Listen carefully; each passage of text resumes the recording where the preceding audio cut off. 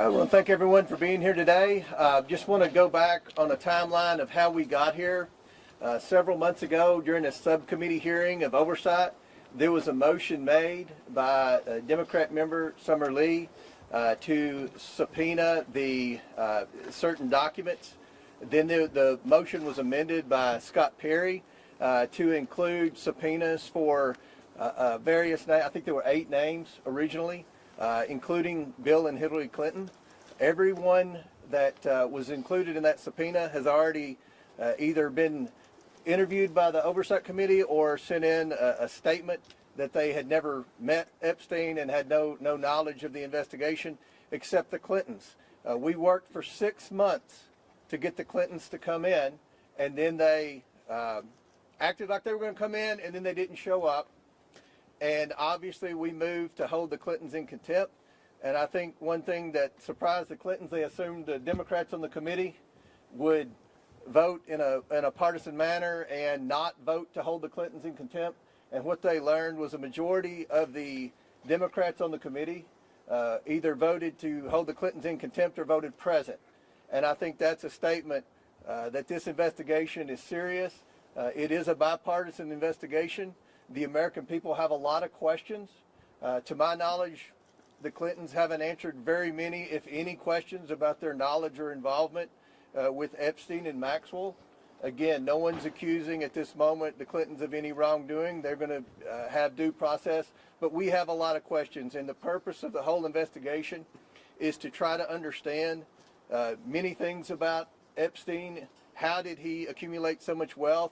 How was he able to surround himself with some of the most powerful men in the world? Was he an asset for our government or any other government?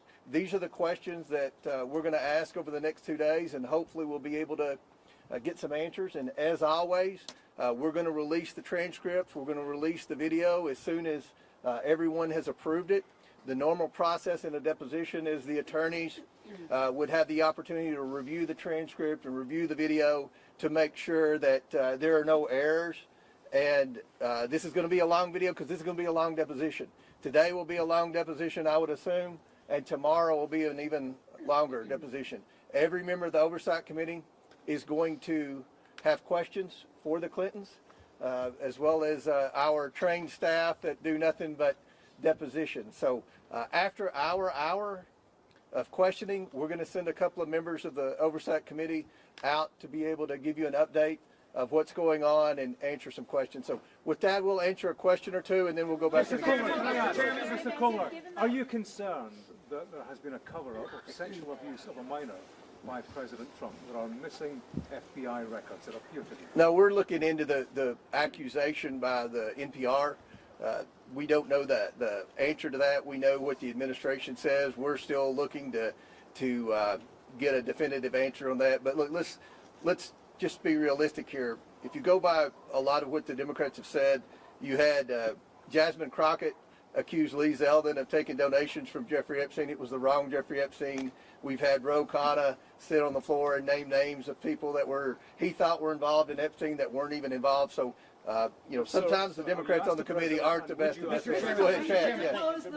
What about the idea, though, that I understand you say that this is different with some of the members or some of the people who were subpoenaed who didn't have this direct contact.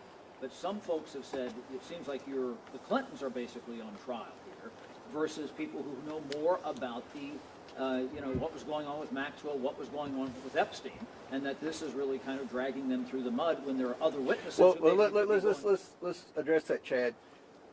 The Democrats voted to subpoena the Clintons. The Democrats voted with the Republicans to hold the Clintons in contempt. So the Democrats have just as many questions for the Clintons as the Republicans. So this isn't a partisan witch hunt. This was a motion, a bipartisan motion supported by the Democrats to bring the Clintons in. So I don't think it's any type of being unfair in any way to the Clintons. They've never answered questions, unlike President Trump, who gets questioned every day by just about every one of you about his knowledge or involvement with Epstein. To my knowledge, the Clintons haven't answered very many questions about it. We'll do one more question. Go ahead. In the spirit of bipartisanship, would you then ask the Commerce Secretary Howard Lutnick to come testify? It seems like he has some information. that's very possible, and I think I think it's a good possibility that his name will arise in some questioning today. It'll maybe? be on my list, and I have an email I printed off for Hillary to ask about Howard Lutnick today. Okay. So Guys watching. We're asking again, and I want to remind everyone: we've already brought in Alex Acosta and Bill Barr for deposition. That's 2 Republicans in the Trump administration. So this isn't just about Democrats. This is about anyone that has any knowledge of Epstein, the investigation. I think we all agree the government failed. The government failed the victims. And what our role is, we can't prosecute anyone. But what we have been doing is getting transparency to the American people. We subpoenaed the estate. That had nothing to do with the discharge petition. We subpoenaed the documents for the estate. That's what the victims asked us to do. And what you're seeing is there is accountability finally happening. You've seen at least a dozen very powerful people, men and women, who have already resigned, many in disgrace from their board positions. So we're seeing accountability, but we have a desire to see a lot more accountability. We want to get the answers, and hopefully the next 2 days will be a step in the right direction on our investigation. One more, and then the Well, that being said, I mean, Hillary Clinton has said she has no links to Jeffrey Epstein. She doesn't recall meeting him. So what specific information do you believe she has that warrants her testimony? Well, you'll see. I mean, we're going to ask a lot of questions, but with respect to when you look at all the co-conspirators, and we've all seen the unredacted documents, Maxwell is the main co-conspirator. No one brought more women in and lied to more women about what was going to happen with their involvement with Jeffrey Epstein than Ghislaine Maxwell.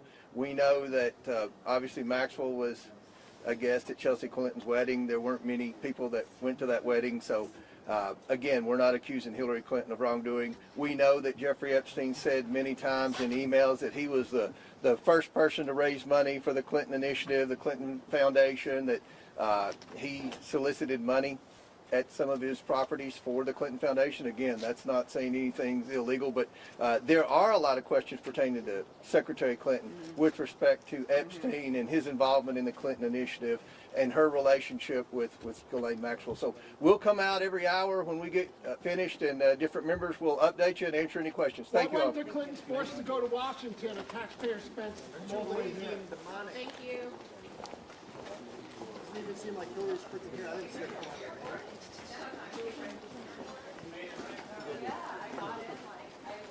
Never saw it going to the